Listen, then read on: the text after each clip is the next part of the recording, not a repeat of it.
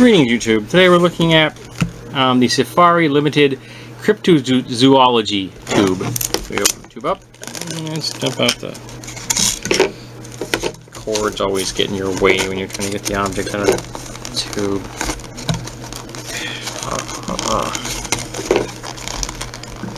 I don't know.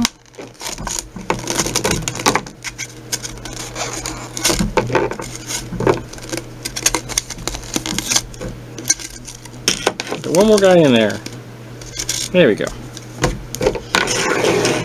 Alrighty, so let's look at these figures, and let me grab my 25mm figure, which I use as reference here. So here we have your classic Bigfoot, which looks to me very much like the figure that they used in the $6 Million Man. I mean, if you look at this on a 25mm scale, that is a perfect large monster. Absolutely perfect scale for a large monster. So I got this on sale for $6 at Michael's, the hobby store. So at that price, you're looking at less than $1 a figure. So yeah, absolutely perfect.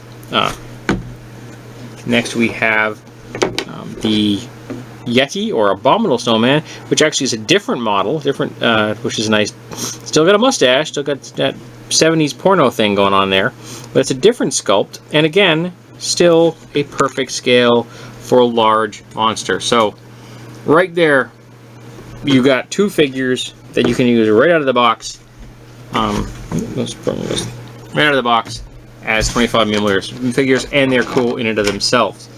Then we have here is the classic giant octopus, or actually, well, kind of looks like an octopus, but it also kind of looks like a squid.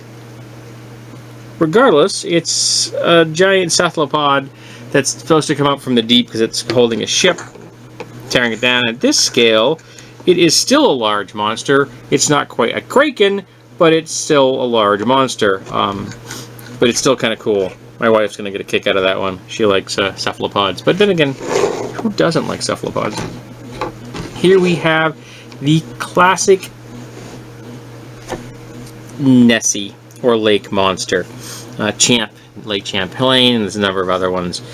Okopoco, my brain tells me this might be one lake as well.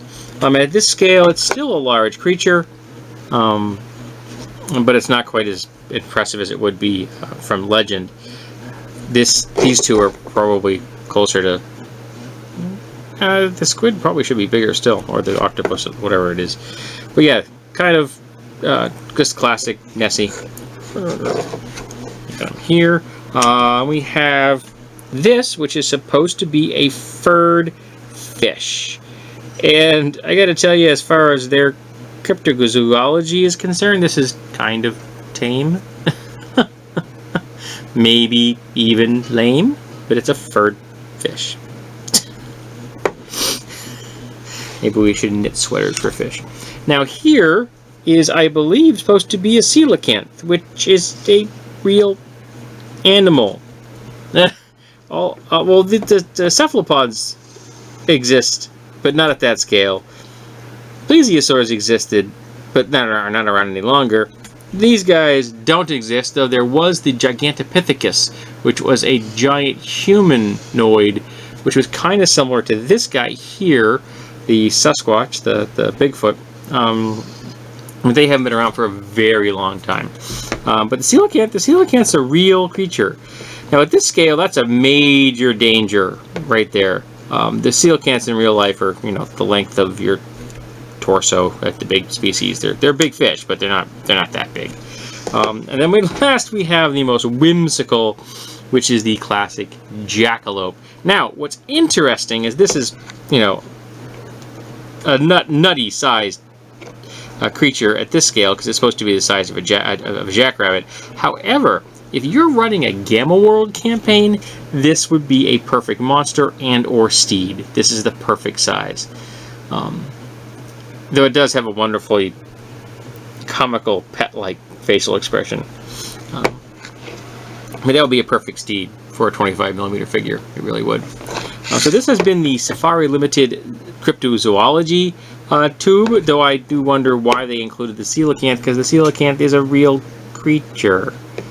We know this. We've got films of them being alive and swimming in the ocean. We have numerous corpses. They're not cryptozoological. Or did they throw this guy in here to give the impression that eventually they'll figure out that all of these guys are real? So this is a kind of a false flag. This is here to say, well, I'm real, so by implication, so are all these creatures. And these things are just nothing more than are just like punks. They're hoaxes. People have built them out of animals for sideshows and just humorous home taxidermy, things like that. And I've never quite figured out the whole furred fish thing, unless it's a vague allusion to some sexual innuendo. But the Yeti and the Bigfoot, they've been around forever, the myths of them, as have the giant squids and the lake monsters. But this guy, as they say in Sesame Street, one of these things is not like the other.